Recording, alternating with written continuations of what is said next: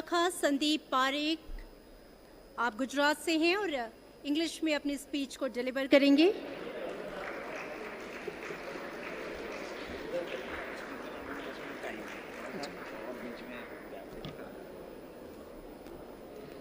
गुजरात से मैं आमंत्रित कर रही हूं विशाखा संदीप पारेख।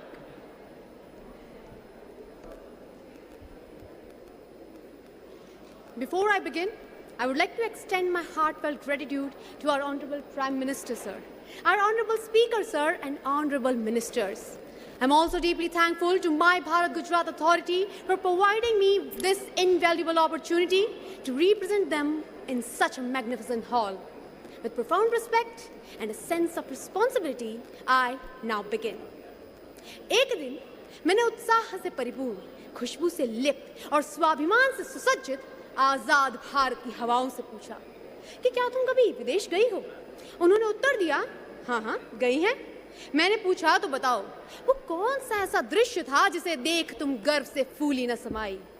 उन्होंने भाव विभोर हो उत्तर दिया कि जब हम कोलंबिया विश्वविद्यालय की गलियों से गुजर रहे थे, जब हम लंदन स्कूल ऑफ इकोनॉमिक्स के पुस्तकालय को निहार रहे थे, तब हमने बड़े गर्व से स्थापित एक भारतीय की मूर्त देखी। और देवी और सज्जनों, वो मूर्ति किसी और की नहीं बल्कि हमारे संविधान के जनक बाबा साहेब भीमराव अंबेडकर जी की थी। नमस्कार उपस्थित गणमान्य जन एवं मेरे प्रिय साथियों, मैं doctor S Gandhi engineering college Surat, Gujarat technological university से विशाखा संदीप पारेख आज आप सभी के समक्ष एक ऐसे व्यक्तित्व का परिचय देने हेतु उपस्थित हूँ जिन्होंने परिस्थितियों की सीमाओं में स्वयं को बांधने से स्पष्ट इनकार कर दिया। यूं तो हम बाबा साहेब को प्राय केवल संविधान के रचयिता के रूप में पूछते हैं, पर जब मैं उन्हें पढ़ती हूँ तो उनकी असंख्य पहचानों का विराट व्यक्तित्व मेरे समक्ष खुलता चला जाता है। कभी वे एक अद्भुत अर्थशास्त्री बनकर उभरते हैं जब the problem of the rupee, its origin and it's solution के माध्यम से भारत की आर्थिक आत्मा को परिभाषित करते हैं, तो कभी एक विलक्षण न्यायविद के रूप में जब कॉन्स्टिट्यूशन ऑफ इंडिया के हर अनुच्छेद में न्याय और समानता का प्राण फूंक देते हैं। फिर एक दूरदर्शी बनकर सामने आते हैं जब महाद सत्याग्रह जैसे आंदोलनों के जरिए समाज की जड़ता को चुनौती देते हैं। इतिहास के पन्ने जब जब पलटती हूँ, एक महान विचार की प्रतिध्वनि मुझे उनमें साफ सुनाई देती है। एक ऐसी चेतना जिसने समय को सिर्फ देखा नहीं बल्कि उसे एक नई दिशा दी।